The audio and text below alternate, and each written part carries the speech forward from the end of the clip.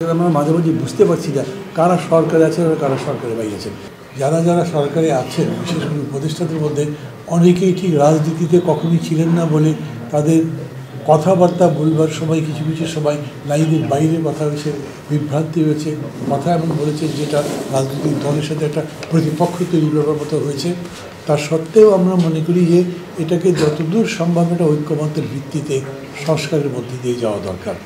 আমরা এই জন্যে কোনো তড়িঘড়ি করবার কথা বলছি না। আবার এও সত্যি যে এটা নিয়ে ঢিলেমি করে অযোগ্যতার কারণে দীর্ঘসূত্রিতার মধ্যে গেলে আমরা তারও বিরোধিতা করছি। এই কারণে ডক্টর ইউনূস যখন বক্তৃতায় বলেছেন যে উনি দুটো তিনটে বিষয়ে ফোকাস করে সংস্কারটা করতে চান এবং তার উপরে উনি সবার সাথে কথা বলে একটা ঐক্যবদ্ধ করতে চান, একটা কমিশন করছে, নিজে তার প্রধান থাকবেন। আমরা মনে করছি সার্বিকভাবে এই বক্তব্যের সারবত্তা ভালো, লক্ষ্যটা ভালো। কতদূর পারবেন না পারবেন সেটা আমাদের দেখার বিষয় আছে। এ পর্যন্ত যা হয়েছে আপনারা যেভাবে চালাচ্ছেন দেশ, তাতে প্রশ্ন করবার মতো অনেকগুলো বিষয় আছে। সেগুলো কিছু কিছু কথা একটু আগে আমাদের সম্মেলনকারী আপনাদের কাছে বললেন। ইতিমধ্যে আমি দেখেছি, আজকাল তো আপনারা প্রথম আলোতেও দেখেছেন, সংস্কার কমিশন যে কাজগুলো করছে সেটা নিয়ে জনস্বাস্থ্য, স্বাস্থ্য, শিক্ষা, এই সমস্ত প্রস্তাবনাগুলিতেই বিভিন্ন ধরনের প্রতিবাদ, ক্ষোভ, বিক্ষোভ এগুলোর কথা বলেছেন সবাই। তাছাড়াও মানে একটা কমিশন গঠন করেছেন, সেই কমিশনের আলোকে আপনি বাকি কাঠামোটা সাজাবেন। দেখা গেল কমিশনের রিপোর্ট তৈরি হয়নি, তার আগেই আপনি কাঠামো সাজাবার মধ্যে লেগে গেছেন। এর মধ্যেও বেশ কিছু ব্যতিক্রম ইত্যাদি থাকতে পারে। স্বাভাবিকভাবে উনি নিজেও বলেছেন, ইকোনমির কিছু কিছু ভালো কথা বলেছেন যে এগুলো অগ্রগতি হচ্ছে, কিছুগুলো আপনার প্যারামিটারের কথা বলেছেন, লাইক আপনার ধরেন যে রেমিটেন্স খুব ফ্লো বেড়েছে, তারপরে আপনার কী বলে বিদেশি সহায়তার হাত বেশি প্রসারিত হচ্ছে, আমাদের ব্যাঙ্কগুলো আবার রিভাইভ করছে। ওনার মতে অর্থনীতি রিভাইভ করছে, উনি এরকম মনে করছেন।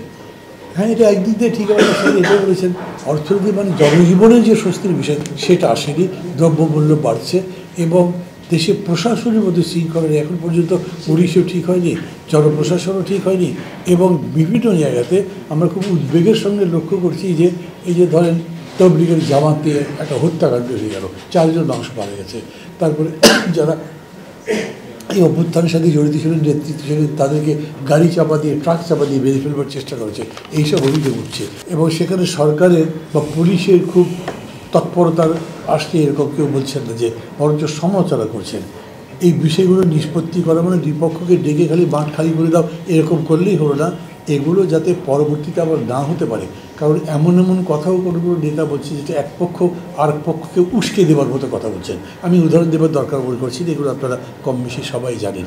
আমার বক্তব্য হচ্ছে এই সরকার হবে আরবিটারের মতো, সবার সঙ্গে যোগাযোগ করে সত্যি সত্যি একটা ঐক্যবদ্ধ চেষ্টা করবেন, যতদূর হবে তার ভিত্তিতে সংস্কার করবেন, তার ভিত্তিতে নির্বাচন হবে, যেটাতে কম বেশি পার্থক্য থাকবে চেষ্টা করবেন যাতে সবার সাথে মিলে এটাতেও একটা সমঝোতায় আসা যায়। আর যেটা পারেই যাবেন সেটা ছেড়ে দেবেন পরবর্তী ভবিষ্যৎ প্রজন্ম বলেন, পার্লামেন্ট বলেন, সরকার বলেন, তাদের হাতে। এবং এই কাজ করবার সময় খুবই খেয়াল করতে হবে, সবাই কথা বলছেন যে রাজনীতিরও একটা সংস্কার হবার বিষয় আছে, নেতৃত্বের দৃষ্টিভঙ্গির বদলানোর দরকার, তাদের আচরণের উচ্চারণের পার্থক্য হওয়া দরকার, আগেরটাই চাইতে আলাদা হওয়া দরকার, নেতৃত্ব আরও ঘোরাঘুরি সম্পন্ন হওয়া দরকার, জ্ঞানের একটা চর্চা হওয়া দরকার, আর একটা নিষ্ঠা, সততা, কমিটমেন্টের বিষয় লাগবে।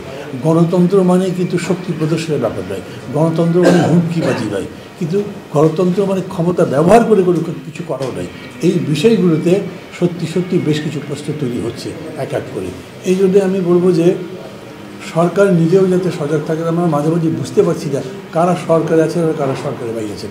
গতকালকেই যেমন জাতীয় নাগরিক কমিটি এবং ছাত্র সমন্বয় পরিষদের সমন্বয়ে যারা আছেন তারা মিলে একটা সভা করেছেন সব কাউন্সিলরদেরকে নিয়ে, সেখানে ওটা আবার রিভাইভ করতে পারছে, সরকার সেটা ভেঙে দিয়েছে এবং সবাই জানেন যে ওটা একটা নির্দিষ্টভাবে ফ্যাসিবাদী তৎপরতার মধ্য দিয়ে জন্মানো একটা প্রতিষ্ঠান।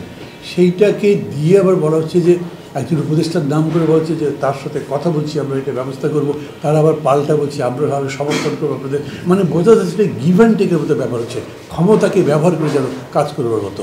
আমরা মনে করি যারাই করছেন এই আন্দোলন, যারা করেছেন এই ছাত্র সংগ্রাম সমন্বয় পরিষদ বলেন বা যাদেরকে দিয়ে জাতীয় নাগরিক কমিটি করা হয়েছে, এদের অসাধারণ অবদান আছে এই অভ্যুত্থানে। আমরা তার জন্য তাদের প্রতি কৃতজ্ঞ, শ্রদ্ধা করি, সমগ্র জাতি সেটা মনে করে। কিন্তু এটার মানে এই যে পরবর্তীকালে এমন কিছু তারা করবেন যেটা একটা ভুল পথ নির্দেশ দেয়, এটা ক্ষমতার চর্চার মধ্যে দিয়ে রাজনীতি করে তারা এরকম কোনো পথ নির্দেশ দেয়, সেরকম যাতে না হয়। যে হয়তো একসময় মানুষ মনে করবে যে এগুলো না হলে, এই বিচারগুলো না হলে কিসের ভোট, এরকম কথা তো আসছে। খোদ প্রাক্তন প্রধানমন্ত্রী শেখ হাসিনা নিজে এই সমস্ত খুনের হুকুমদাতা এগুলো বলা হয়েছে, তার বিচার না করে তো যাওয়া যাবে না। আবার একইভাবে অর্থনৈতিক কমিশন যে রিপোর্টটা দিয়েছে টাস্ক ফোর্স, সেটা তো একটা হিউজ ব্যাপার, পুরো অর্থনৈতিকভাবে ধ্বংস করা হয়ে গেছে, সেটা তার মধ্যে বলা হয়েছে। এগুলো আপনাকে টাস্ক করতে হবে। আমরা এই জন্য মনে করি খুব তড়িঘড়ি নয়, হইচই নয়, খুব কুললি এখনকার সময় হচ্ছে একটা দিক নির্দেশকের মতো, পথ নির্দেশকের মতো রাজনৈতিক নেতৃত্বকে ব্যবহার করা। আমরা গণতন্ত্র মঞ্চ শুরু থেকে এই বিষয়টার উপরে জোর দিয়েছি।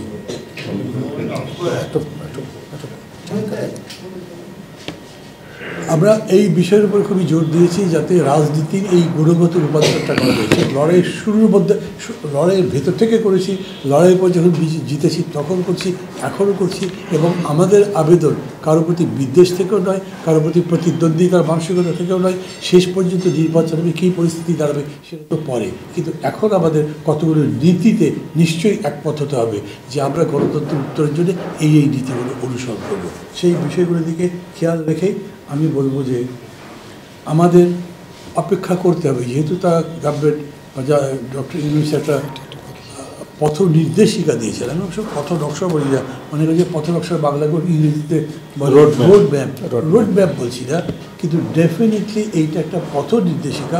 বলা হচ্ছে যে এই সময়ের মধ্যে কেউ বলতে পারে এতে 6 মাস বেশি দেওয়া হয়েছে, আরও কমানো যেতে পারে, কনক্রিট সাজেশন বলেন, অথবা এরকম করে বলেন যাতে এটা একটা কনস্ট্রাকটিভ জায়গায় যেতে পারে। না হলে কিন্তু সে মানে ভুল বোঝাবুঝি হবে, যত বেশি বিভেদ হবে তত বেশি আমাদের মূল টাচটা নষ্ট হবে, তারপরে আমরা কোথায় যাবো সেটা ঠিক করতে পারবো না। আমি একটা কষণ দিয়ে আবার কথা শেষ করতে চাই।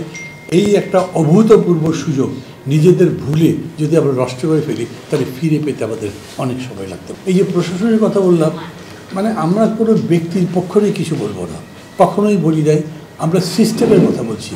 আর কাউকে যদি আপনি মনে করেন যে অপরাধী, তাকে আপনি গ্রেপ্তার করতে পারেন, তার উপরে বিচার করতে পারেন, কিন্তু তিনি যদি জামিন পাবার যোগ্য, তাহলে জামিন দেবেন এরকম তো করতে পারেন না। অথবা 4 বছর আগেকার কেস একটা নিয়ে এসে এখন সেটা দিয়ে চর্চা করতে থাকলেন, এর মধ্যে কিন্তু আর কোনো কিছু হয়নি। এরকম যদি হয়, এরকম কিছু কিছু ঘটনা আমাদের নজরে এসছে। আমরা এই ব্যাপারে সরকারের কথাই বলবো যে প্রশাসন বলেন বা অন্যান্য সর্বস্তরে যেরকম করে পরস্পর প্রতিযোগিতা আছে, এক ধরনের বিভেদমূলক, মানে একজন অফিসারের সাথে আরেকজন অফিসারের প্রতিযোগিতা, এগুলো চরিতার্থ করবার জন্য চেষ্টা করা হয়, রাজনৈতিক উদ্দেশ্য স্বার্থসিদ্ধি করবার চেষ্টা করা হয়, এবং এইভাবে সামগ্রিক বিষয় একটা গণতান্ত্রিক মূল্যবোধের ভিত্তিতে যাতে পরিচালিত হয়, সেটা প্রশাসনের কোনো অফিসার হন, বড় হন, আমাদের পরিচিত অনেকেই এরকম জায়গায় ইমপ্লিকেটেড হয়েছেন, যাতে আমরা স্পষ্টতা পাচ্ছি না এবং এগুলো আমরা উদ্বিগ্ন আছি, সেই উদ্বেগ প্রকাশ করছি।